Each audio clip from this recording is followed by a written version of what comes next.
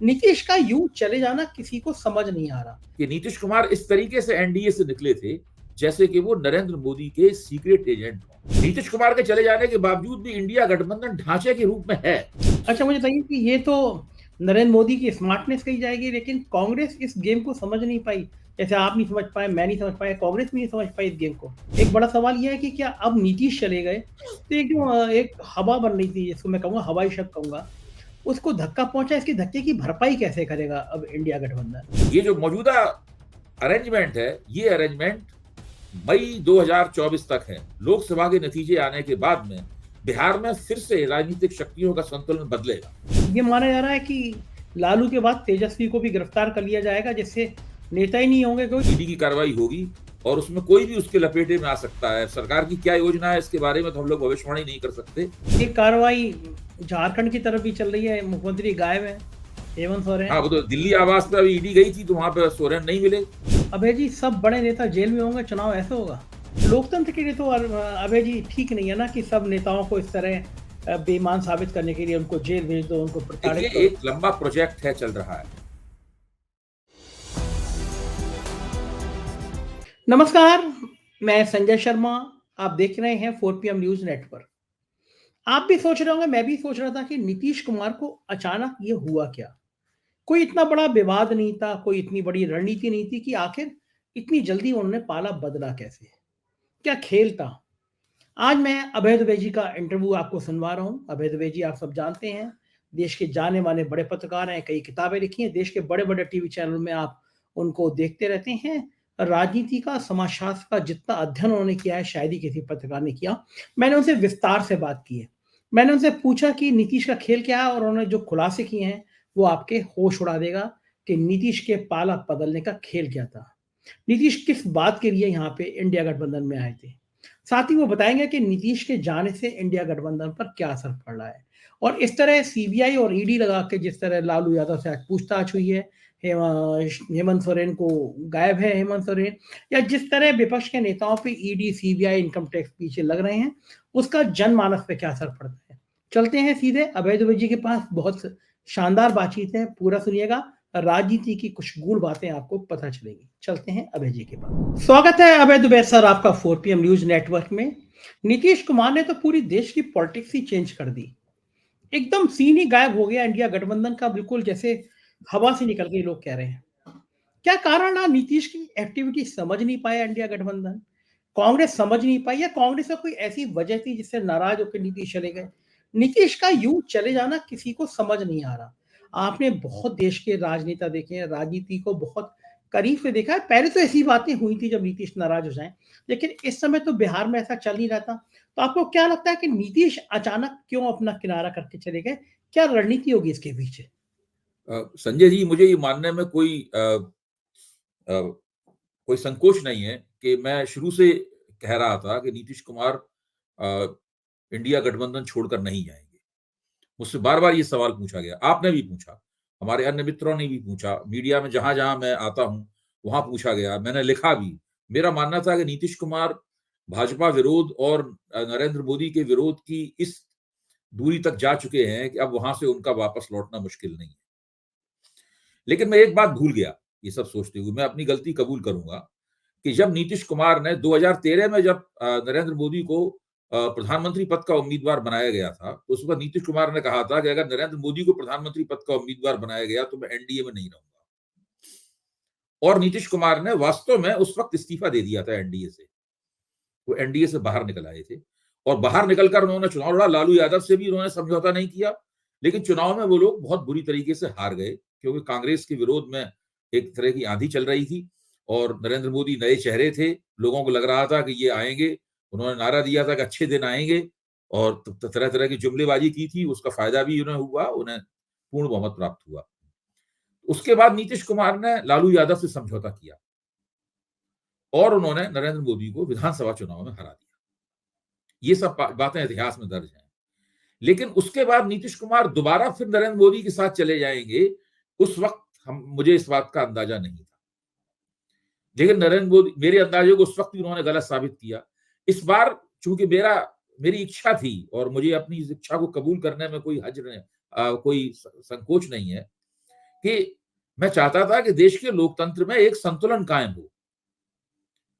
बिल्कुल एक तरफा हो गई ये सारी राजनीति, सारी राजनीति बदले, विपक्ष मजबूत हो, सत्ता में जो भी रहे, जो भी विपक्ष में हो वो मजबूत हो, ताकि एक संतुलन कायम रहे। संतुलन कायम रहेगा तो हमारी भी आवाज रहेगी, हमें भी आजादी मिलेगी, ये सब।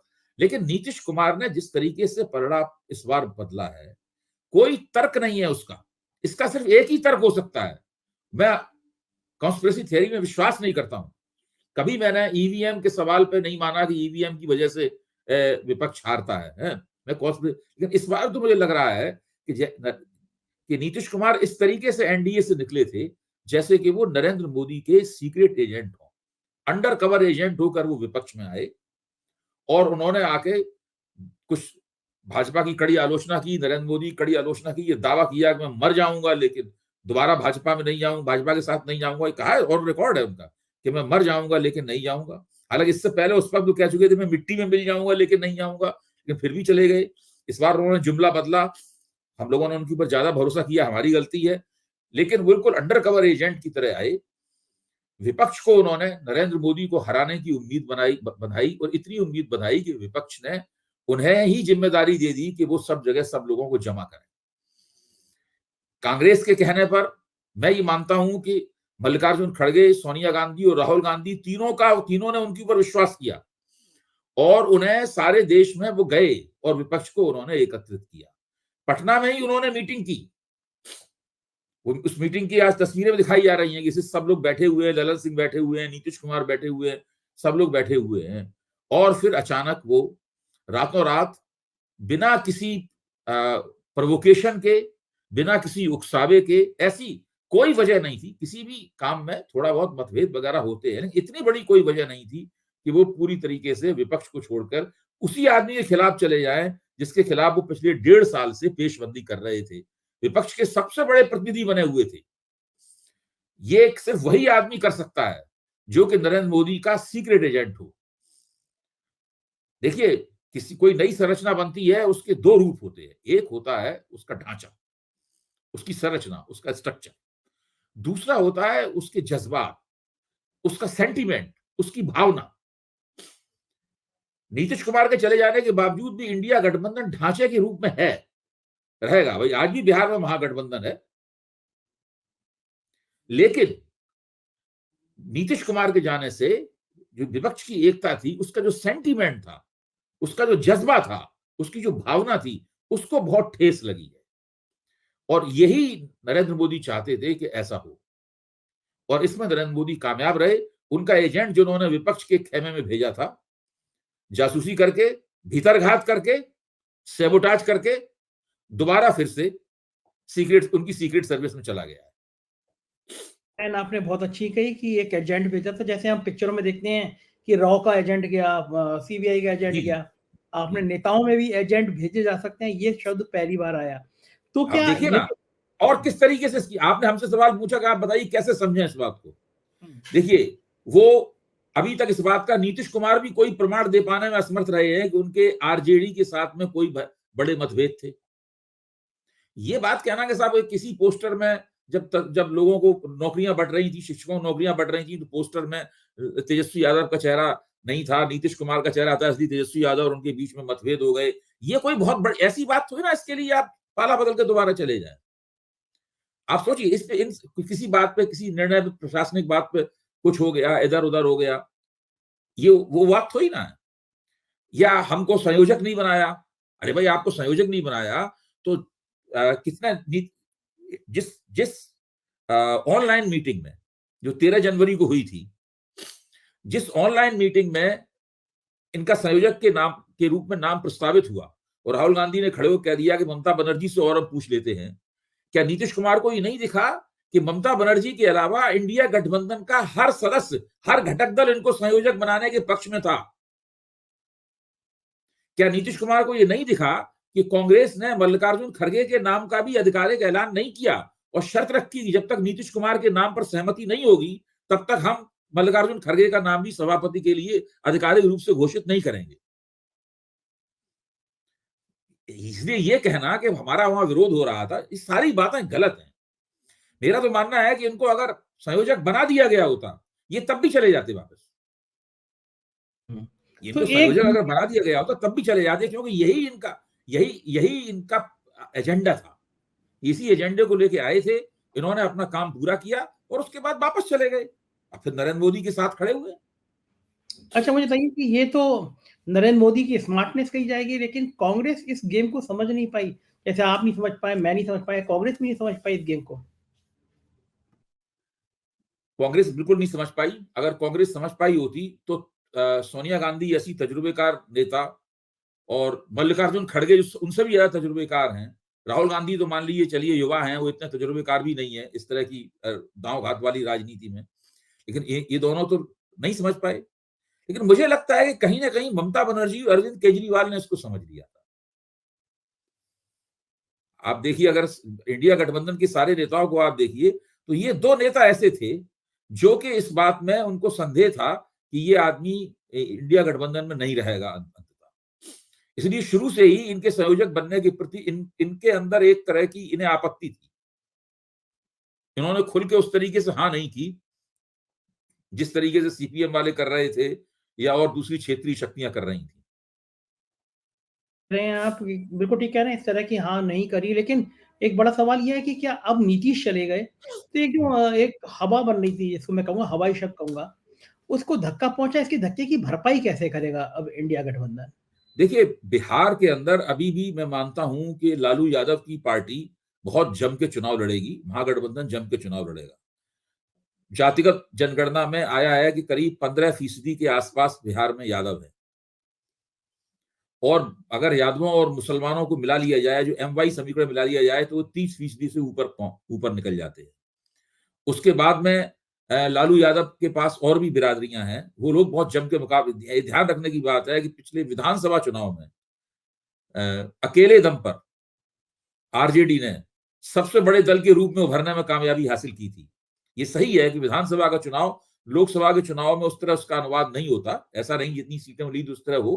तो इसमें जो एनडीए है उसने अपनी ताकत जरूर बढ़ा ली है, इसमें कोई शक की बात नहीं नीतीश कुमार के वहां जाने से। अब देखना यह है कि एनडीए में नीतीश कुमार के आने से जो समस्याएं पैदा हुई हैं, वो समस्याओं को कैसे सुलझाया जाए। भाई चिराग पासवान तो अभी भी कह रहे हैं कि इस आदमी के बारे में जो बातें मैं कहता हूं वो बातें मैंने वापस नहीं ली, मैं वो बातें कहता रहूंगा, वो सही बातें थी। क्योंकि जीतनराम मांझी उनको अभी भी पलटू राम कह रहे हैं,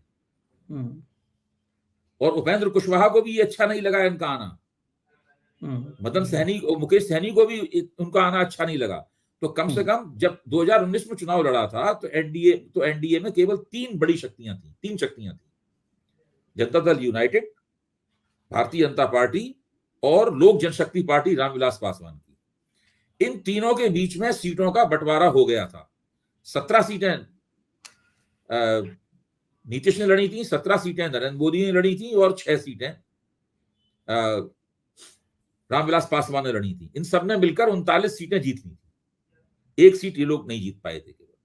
इस वक्त स्थिति क्या है कि लोक जनशक्ति पार्टी के दो हिस्से हो चुके हैं, एक पशुपति ग्रुप है, एक चिराग पासवान ग्रुप है। एक मुकेश सहनी की पार्टी ले ली गई है नीतीश कुमार के आने से पहले, जितन राम मांझी की पार्टी है वहां पर, और उपेंद्र कुशवाहा की पार्टी है। तो 5 धड़े अभी मौजूद हैं जो कि जिन्हें सीटें चाहिए और जिनको भाजपा ने पहले सीटों का वायदा कर दिया है। इसका मतलब या तो भाजपा कम सीटें लड़े, देखिए अब भाजपा भी कम सीटें लड़े या नीतीश कुमार की सीटें कटें। तो अब तो एक ये समस्या है, इस समस्या का इन लोगों को सामना करना पड़ेगा। उसके बाद में नीतीश के साथ में जो डील हुई है बीजेपी की, उस डील में 2025 का विधानसभा चुनाव भी शामिल है।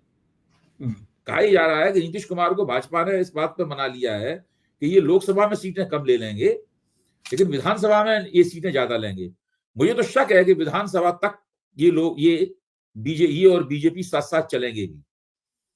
ये जो मौजूदा अरेंजमेंट है, ये अरेंजमेंट मई 2024 तक है। लोकसभा के नतीजे आने के बाद में बिहार में फिर से राजनीतिक शक्तियों का संतुलन बदलेगा। प्रशांत किशोर ने तो आज भी यही जो आप कह रहे हैं, प्रशांत किशोर ने कहा कि लिख के रख लीजिए कि इस बार जो है विधानसभा में नीतीश अलग लड़ेंगे बीजेपी से, और नीतीश अब तक का सबसे खराब इतिहास दोहराएंगे बिहार में। प्रशांत ने ये तक कहा कि अगर मेरी बात अगर सही नहीं निकली तो मैं राजनीति छोड़ दूंगा, ऐसा आज तक बड़ी बात कह दी उन्होंने। नहीं नहीं, मेरे ख्याल से उन्होंने जो बात कही है इस बात पे गंभीरता पूर्वक सोचा जाना चाहिए, इसमें दम है। क्योंकि अब नीतीश कुमार अगर बीजेपी को छोड़ेंगे लोकसभा चुनाव के बाद में, तब फिर उन्हें राष्ट्रीय जनता दल का साथ मिलेगा या नहीं मिलेगा, इसके बारे में अभी कोई कुछ नहीं कह सकता। क्योंकि अब देखिए, अभी इस वक्त जो बिहार में प्रवर्तन निदेशालय का दफ्तर है, उसके सामने राष्ट्रीय जनता दल ने धरना लगाया हुआ है। मीसा भारती वगैरह सब उसके सामने जमे बैठे हुए हैं। लालू यादव अंदर हैं ईडी ऑफिस में, 7 घंटे से ज्यादा उनसे पूछताछ चल रही है और उनकी है तबीयत बहुत खराब। तो कुछ भी हो सकता है वहां पे। बहुत सीआरपीएफ का बहुत जबरदस्त तैनाती बढ़ा दी गई है सीआरपीएफ की। बहुत तनाव वहां बहुत बढ़ रहा है ईडी दफ्तर के सामने। जबकि लालू यादव की तरफ से ये कहा गया कि भाई हम कोई भगे तो ना जा रहे, हम कल फिर आ जाएंगे आपकी, लेकिन वो ईडी वाले उन्हें अंदर रखे हुए हैं। ये भी हो सकता है कि लालू यादव को गिरफ्तार कर लिया जाए, इस बात का भी अंदेशा जताया जा रहा है। तो ये अब तो माना जा रहा बिहार है में करो मरो वाली स्थिति हो जाएगी आरजेडी के लिए।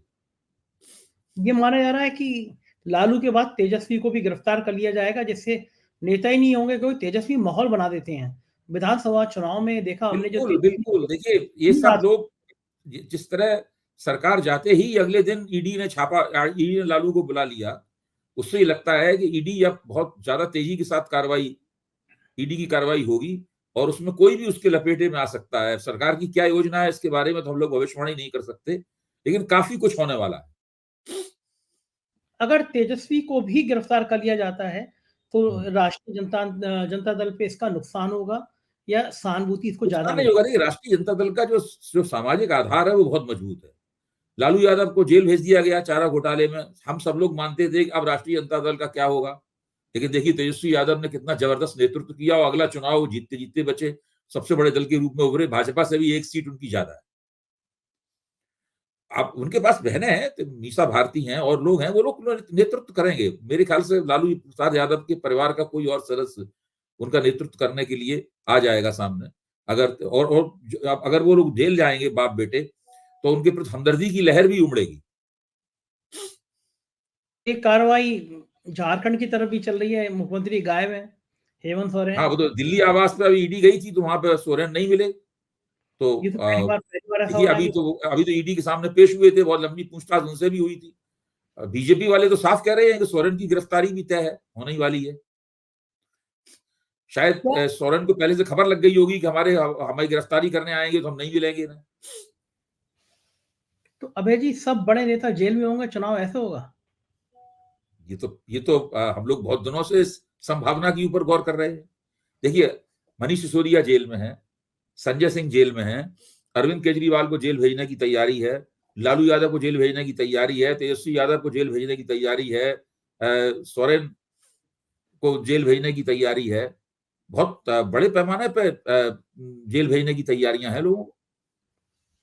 अच्छा, इसका डीके शिव जन्म, कुमार के ऊपर कर्नाटक में हाँ, बहुत दबाव है ईडी का और दूसरी जांच एजेंसियों का। तो इसका जनमानस में कैसे प्रभाव पड़ता है, मतलब जनता इसको कैसे लेती है? मोदी को जनता इससे नेता के खिलाफ नहीं होती। बिहार का उदाहरण इसका सबसे बड़ा सबूत है। भाई तकनीकी रूप से देखा जाए तो लालू यादव सजा याफ्ता है, कन्विक्ट है लालू यादव इस वक्त। लालू यादव चारा घोटाले में, भ्रष्टाचार के एक मामले में कन्विक्ट है, लेकिन उनका जो जनाधार है उसमें एक वोट भी कम नहीं हुआ। यहां तक कि उनकी पार्टी बहुत ताकतवर होकर उभरी है, पहले से ज्यादा ताकतवर होकर उभरी है। आप क्या समझते हैं कि अरविंद केजरीवाल को जेल भेज देंगे तो अगले विधानसभा चुनाव में आम आदमी पार्टी बीजेपी से हार जाएगी? हमसे आप अभी बॉन्ड पे लिखवा के ले लीजिए कि अगला विधानसभा चुनाव गारंटी जीतेगी आम आदमी पार्टी दिल्ली में। अगर जेल भेज दिया तो? जेल ना भेजा तब भी जीतेगी और जेल भेज दिया तब भी जीतेगी। लेकिन ये लोकतंत्र के लिए तो अभय जी ठीक नहीं है ना, कि सब नेताओं को इस तरह बेईमान साबित करने के लिए उनको जेल भेज दो, उनको देखिए, प्रताड़ित करो। एक लंबा प्रोजेक्ट है चल रहा है, वो उस प्रोजेक्ट राष्ट्रीय स्वयंसेवक संघ और नरेंद्र मोदी का प्रोजेक्ट है। इस प्रोजेक्ट का के दूरगामी उद्देश्य हैं कुछ। उन दूरगामी उद्देश्यों को आप 3 हिस्सों में समझ सकते हैं। पहला यह है कि वो समाज को बदलना चाहते हैं, वो एक हिंदुत्ववादी बहुसंख्यकवादी समाज बनाना चाहते हैं। एक ऐसा समाज बनाना चाहते हैं जिसमें सरकार सर्वोपरि हो, बाकी सब सरकार के नीचे हो, सरकार जो कहे वही सही है, खाता ना भाई, सरकार जो कहे वही सही। और दूसरा इसका मकसद है भारतीय राज्य को बदलना, जो इंडियन स्टेट है उसको बदलना। अभी 3 स्तंभ हैं, न्यायिका, विधायिका और न्यायपालिका, न्यायिका, विधायिका और ये 3 स्तंभ हैं। इन तीनों स्तंभों का संतुलन जो है वो भारतीय स्टेट को चलाता है। अब इसके अंदर जो जिसके पास कार्यपालिका है वो सरकार, वो इन सब के ऊपर सर्वोच्च होगी, वो न्यायिका की भी स्वायत्ता ले लेगी। वो ये इंडियन स्टेट को बदलना चाहते हैं। दूसरे, भारतीय लोकतंत्र को बदलना चाहते हैं, ऐसा लोकतंत्र बनाना चाहते हैं जिसमें विपक्ष की मौजूदगी लगभग ना के बराबर हो, शून्य हो विपक्ष की मौजूदगी। केवल औपचारिक रूप से विपक्ष रहे और औपचारिक रूप से भी ना रहे तो भी कोई खास फर्क नहीं पड़ता। इस तरीके का बनाना चाहते हैं पूरा का पूरा। यही प्रक्रिया चल रही है, ये इनका दूरगामी उद्देश्य है। चुनाव जीतने के लिए बहुत सारे माइक्रो एडजस्टमेंट करने पड़ते हैं, इस जाति को पटाओ, इसको करो, उसको करो, वो सब करने में लगे हुए हैं। अभी देखिए राम मंदिर की भी कोई इस वक्त चर्चा नहीं हो रही है, उसकी तस्वीर भी नहीं टीवी पे आ रही है, सब चीजें पृष्ठभूमि में चली गई हैं। ये माना जाए कि अगर इस तरह होगा तो भारत की डेमोक्रेसी को, भारत के लोकतंत्र को एक बहुत बड़ा आघात पहुंचेगा, क्योंकि भारत की खूबसूरती एक सुंदर लोकतंत्र है। भाई आघात तो पहुंच चुका है, आघात तो पहुंच चुका है। आघात की ये स्थिति यह है कि एक पार्टी जिसको 37.8% वोट मिले हैं, वो पार्टी इस तरह आचरण कर रही है जैसे उसे 100% वोट मिले हो। पूरे दक्षिण भारत में जो पार्टी है नहीं, तकरीबन दक्षिण भारत में तकरीबन ना मौजूद है, यानी देश की 130 सीटों का पूरा ब्लॉक जो है ना, उस ब्लॉक में नरेंद्र मोदी की बात कोई नहीं सुनता। दक्षिण भारत नरेंद्र मोदी की बात नहीं सुनता। उत्तर पूर्व में पूरी दल बदल कर, भाजपा का मतलब है दल बदल करके आए हुए लोग, कांग्रेस से दल बदल करके आए हुए लोग, पूरे उत्तर पूर्व में ये स्थिति है। उसके बाद जो क्षेत्रीय शक्तियों की मजबूती वाले इलाके हैं, वहां भी भाजपा की दावेदारी केवल आंशिक है। केवल उत्तर भारत, पश्चिमी भारत और मध्य भारत, इस इलाके में भारतीय जनता पार्टी की दावेदारी है, वहां से वो अच्छी तरह जीतती है। सारी सीटें इसी इलाके से आती हैं। जो केवल इस इलाके की पार्टी है, वो पूरे भारत के बारे में, पूरे भारत में इस तरह से हुकूमत कर रही है, जो चुनाव प्रणाली है, जो हमारी फर्स्ट पास पोस्ट सिस्टम है, उसका फायदा उठाकर, जैसे कि सब कुछ उसी के लिए हो। पूरा मीडिया के ऊपर कब्जा कर रखा है। अगर मोदी जी एक स्क्रिप्टेड किस्म के कार्यक्रम में बच्चों से सवाल पूछवा रहे हैं, अब देखिए सब चीजें लिखी हुई होती है बच्चों के पास, एक नकली किस्म की भाषा में बच्चे लोग प्रधानमंत्री से सवाल पूछ रहे हैं और प्रधानमंत्री उनको जवाब दे रहे हैं। टीवी पे 2-2, 3-3 घंटे तक वो कार्यक्रम चलता है।